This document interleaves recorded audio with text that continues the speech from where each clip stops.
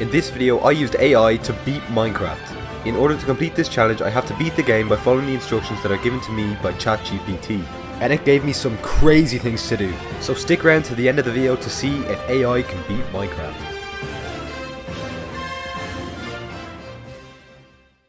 So I asked ChatGPT how to beat the game, and it gave me a list of instructions on how to do it. The first of which being to gather resources.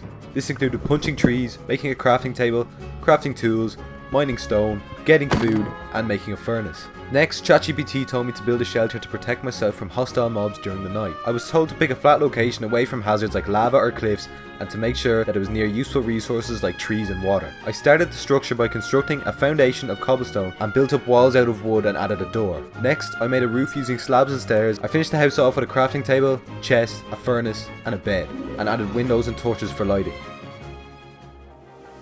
The next task I was given was to explore caves. I was instructed to bring weapons, a pickaxe, torches, and food. I found a cave entrance and lit up my path using torches so I can find my way back to the surface. I made sure to avoid hazards and collected resources like coal, iron, gold, lapis, redstone, and even found my first diamonds. I made a nether portal using obsidian that I had obtained with my new diamond pickaxe and activated it using a flint and steel. The next thing I had to do was explore the nether. Before entering the nether, I was told to prepare a few items to help me survive.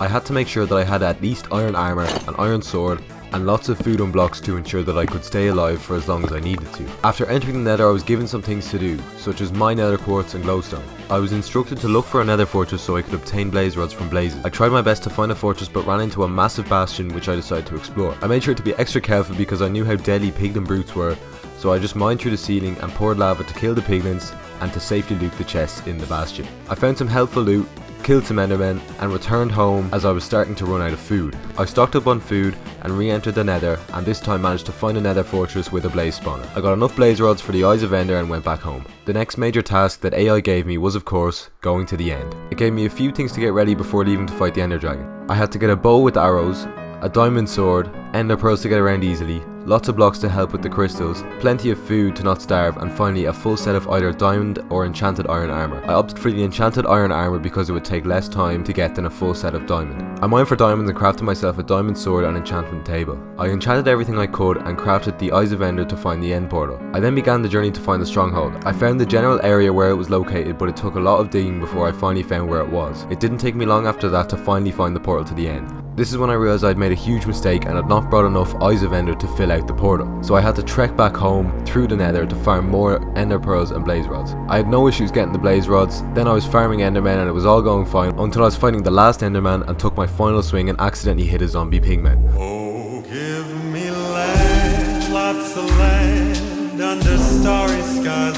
above. Don't fence me in, let me ride through the wide open country that I love. I managed to escape the nether and finally had the necessary resources to enter the end. So I put the eyes of Ender into the portal and finally entered the end. After going through the portal, I built from the obsidian platform to the main island and began shooting down the crystals.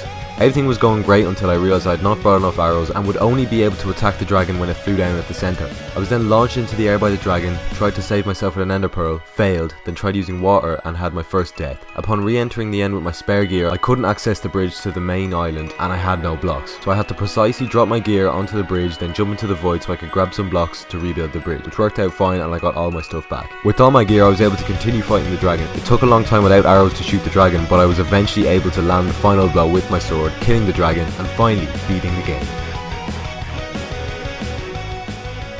So to answer the question, can AI beat Minecraft? Yes, it can. ChatGPT has an extensive knowledge on almost everything, so playing through Minecraft is no problem to the powerful AI. Of course, there are issues such as the fact that ChatGPT is 2 years out of date, so it has no knowledge on the recent updates to the game and therefore cannot help with anything that came out after 2021. But apart from that, it had no issues in guiding me to killing the Ender Dragon and beating the